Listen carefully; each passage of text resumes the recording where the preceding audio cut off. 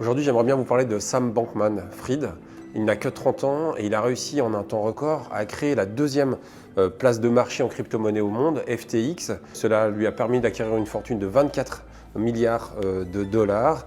C'était le cas en début 2022 et il a en l'espace de quelques semaines tout perdu puisqu'il explique n'avoir aujourd'hui plus que 100 000 dollars sur son compte. On pourrait croire lorsqu'on regarde Sam Bankman-Fried, son look, son t-shirt, son shirt, qu'il s'agit d'un autodidacte, comme beaucoup de créateurs d'entreprises dans la Silicon Valley. En réalité, il a suivi de très bonnes études. Ses deux parents, Barbara et Joseph, ont été pendant longtemps professeurs de droit dans l'université de Stanford. Lui-même a suivi de très bonnes écoles comme Crystal Springs Upland School à Hillsborough. Et il est docteur en physique, il est diplômé du MIT, il est passionné également de mathématiques. Et lorsqu'il était au MIT, il faisait partie d'une fraternité d'étudiants qui se retrouvaient pour parler d'échecs, de biologie, lors de soirées sans alcool, de soirées extrêmement intello. Ce qui est assez intéressant lorsqu'on s'intéresse au quotidien de Sam Bankman-Fried aux Bahamas, juste avant son arrestation, c'est qu'il explique en réalité conduire une Toyota Corolla, adorer les frites salées du Swimming Peak, qui est un pub très sympa mais sans prétention, ou encore des jus de mangue qu'il va déguster tous les soirs au Daiquiri. Et puis en réalité, il habite, il l'a expliqué plus tard et il l'a mis en vente, surtout plus de 40 millions de dollars, un immense appartement de plus de 1000 m², 11 chambres, avec une piscine et un ascenseur privatif, et c'est un petit peu étonnant. Ce qui est extrêmement intéressant, c'est également la manière dont Sam Bankman-Fried a expliqué vouloir défendre des valeurs, presque même sauver le monde.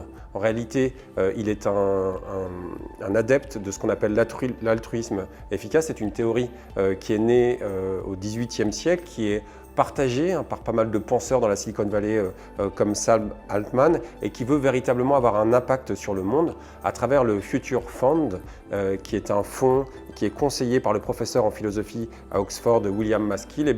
On voit qu'il voulait travailler sur des projets extrêmement différents, comme réfléchir aux conséquences du réchauffement climatique ou encore à l'éthique de l'intelligence artificielle. Mais une anecdote assez rigolote, c'est lorsqu'il cherche à lever des millions de dollars. On est en 2021, il s'adresse à Sequoia Capital. C'est un fonds de capital risque qui est extrêmement connu dans la Silicon Valley. On pose la question à Sam Bankman-Fried, qu'est-ce que vous voulez faire de FTX? Et il explique que je veux créer une plateforme où l'on puisse déposer de l'argent, investir beaucoup de dollars et pouvoir investir dans des bitcoins. Bref, c'est une plateforme qui permet à tout le monde d'investir dans toute la crypto-monnaie. Alors que les investisseurs sont séduits, un collègue de Sam Bankman-Fried s'aperçoit en réalité qu'il est en train de disputer une partie de League of Legends. Il n'abandonne pas sa partie.